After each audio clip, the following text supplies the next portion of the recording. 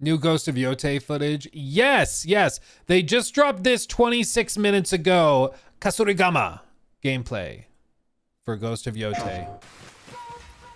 And it's literally just a little snippet of the swing, the attack, and then we're going to see her pull it out here in a second. There it is. Of course, custom camera angles. This is not the camera angle you'll have when you're playing.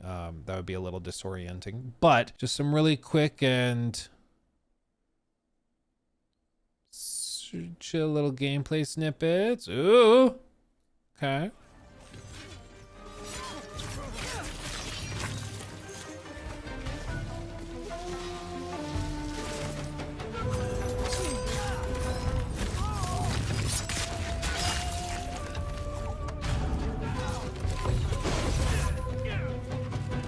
I'm surprised the enemies aren't being alerted to any of this. Like, I get it. They're probably just trying to showcase it. I would have expected, like, he just watched both of these dudes get demolished. I guess he's got the chainmail. Maybe that, like, covers his vision. I feel like this should be alerting them. Maybe they're playing on, like, easy difficulty for the demo's sake.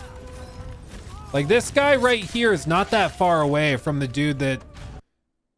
I feel like that would normally be seen, right? I feel like that would normally be seen, and I'm probably just reading into it more, but I feel like the AI is a little brain dead. But it is a demo, like, trailer.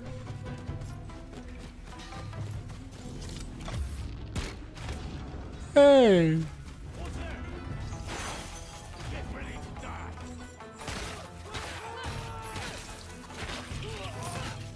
Hey guys, maybe we shouldn't wear such flammable stuff. Huh?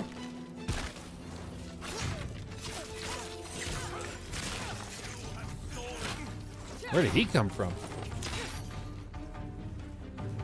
Yeah, showcasing it against each one of these weapons and archetypes with the shield. Like, obviously, I think that this is set up with like a demo difficulty or something. Because this dude walks around this barrel and literally does not get aggroed at all. He walks all the way over to here, and then after this animation is done playing out, then is like, huh? So this probably is not indicative of the actual in-game AI. If it is, oh, but I'm guessing it's probably just set up like this for the sake of the demo. That would be my guess. That'd be my guess. Especially because I don't remember noticing this in previous trailers and stuff they've done. I feel like I would have noticed it if it were there. I don't know. Ghost of Yotei is going to be really interesting because I think it looks, I mean, come on. Come on. Look at that. This is ridiculous. Like, somehow they managed to make all these open world shots look like they are a custom framed wallpaper, you know, that's been captured specifically and intentionally. It's just beautiful. Obviously, a game is more about just graphical beauty and art direction, but damn does it help, you know? It's a lot easier to get immersed in something when it's gorgeous, when it's gorgeous. But I'm interested to see specifically what they have iterated on, what they've refined. Because they've said that they're not trying to reinvent the wheel. You know, there were things in Ghost of Tsushima that obviously worked really well, but they also want to try and refine a lot of the points of friction, a lot of the points of frustration people had, because back in the day, people complained about repetition, about a lack of true variety in the activities you were doing in the open world. Yes, it was big and beautiful, but there's only so many birds you can chase and foxholes you can find before it starts to feel repetitive. Because fundamentally it is, you know? I'm interested to see how they've tweaked it and what they've refined, you know? Expecting Yotei to have a better gameplay or worse? Oh, you're saying you're expecting Yotei to have a better gameplay, but worse story. I think the story is probably going to play out, from what I've seen so far, very predictably. It sounds like it's a pretty straightforward revenge plot. My family's been killed and I now have to go and get revenge. Like, that's fine. It's a story that's been told 1,000 times in various ways because it's a tale as old as time. And it's probably, let's be real, it's probably one of those games where it's like, okay, there are 7 members of the order that you must go and kill. And then that will expose the big bad wolf dragon man. And you go, and that's the ultimate boss fight in the big castle on the hill. And yeah, you realize I'm basically just describing the story of AC Shadows. Yeah, because it's basically what it is. And so I'm not expecting the story to like wow me. I think the one way they could really, really shake it up that would be good is with things like flashbacks, which they've alluded to, things such as, parallel storytelling, where it's something that The Last of Us tried to do with all those flashbacks to previous things and events between Joel and Ellie. And so as you're going through the modern day story, you also have these flashbacks that are going also in timeline, but 5 years before, basically, or 3 years before, or 2 years before. And I think you could do something interesting there to especially build her out as a character. Because my fear, just based on what I've heard so far, is that it's literally going to be like, I've done a lot of DMing for D&D. I ran a campaign for my friends. We actually stretched it out for a full year. We got to do the whole thing. It was awesome. But one of the difficulties with writing a story, especially with a lot of people, playing D&D, is that there are people who really like the misery porn. They're like, how do I make this story interesting? I'll just make it miserably sad.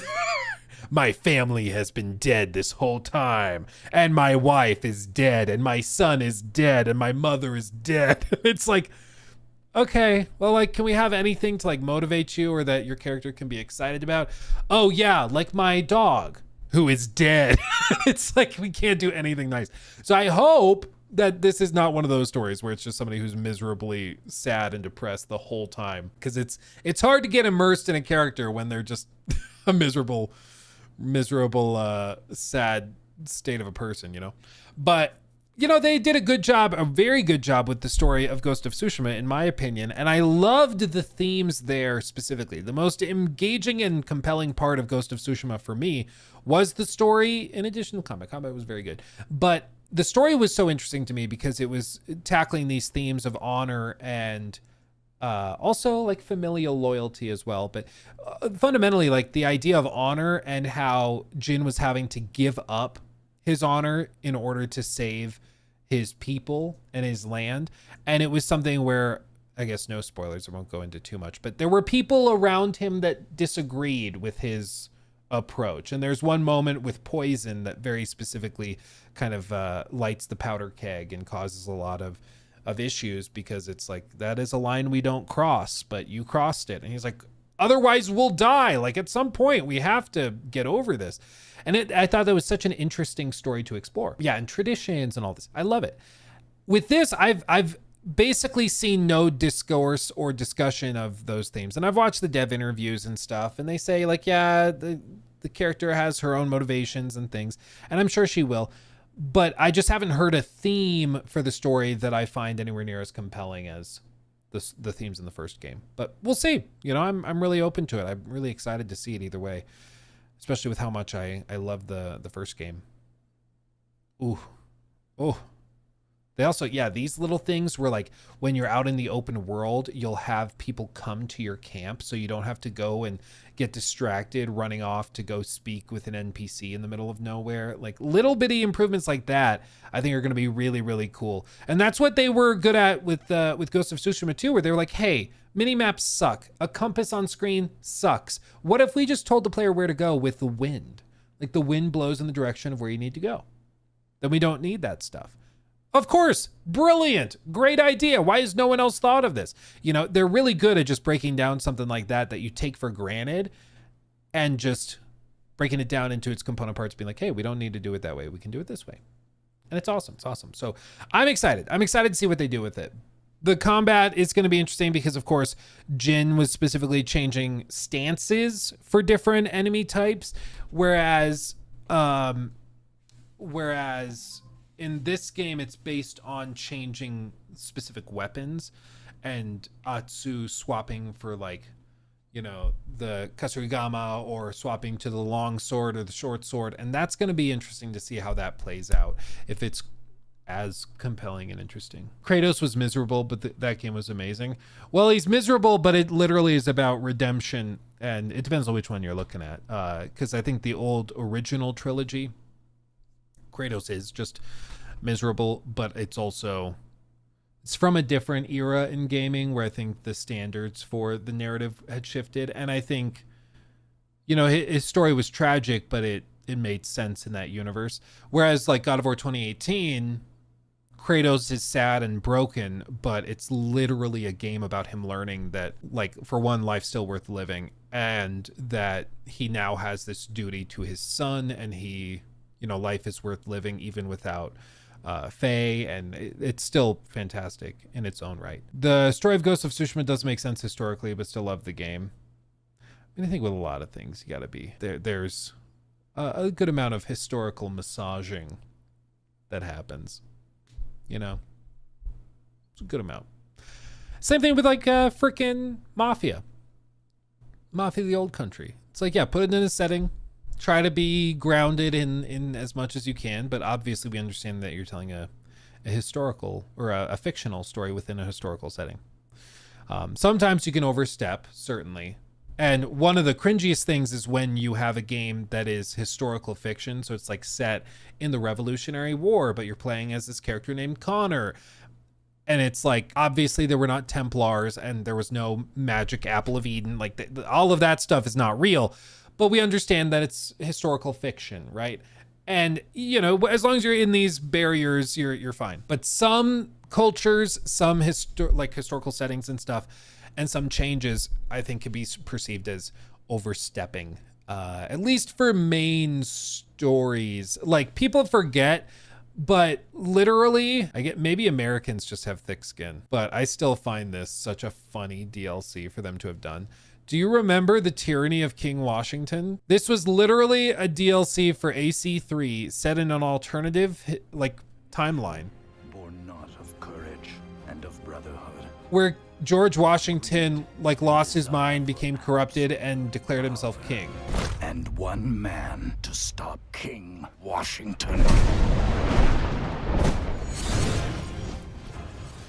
Interesting idea for a DLC, right? It was very, very broken for years and years and years. It was kind of a disaster, but a fun idea. Fun idea, right? But I would guess, honestly, I think maybe nowadays we're just way more sensitive than we were back in whenever this was 2013. Because I could see if they revealed this now, people are like, oh my God, Ubisoft hates America. Ubisoft hates, I can see the videos already. It's like, George Washington was a national treasure and hero. How could you do this and suggest that this is snowflakes have showed up on both sides. That's what I'm saying. People would throw a fit over this nowadays, whereas back then it was whatever. I'm sure people would find a reason to be upset. I'm like, it's literally an alternative timeline. It's whatever. It's whatever. No man is sacred. No man should be off limits of making a timeline like this. But it would be just very cringy if people started throwing a fit. He took my thing.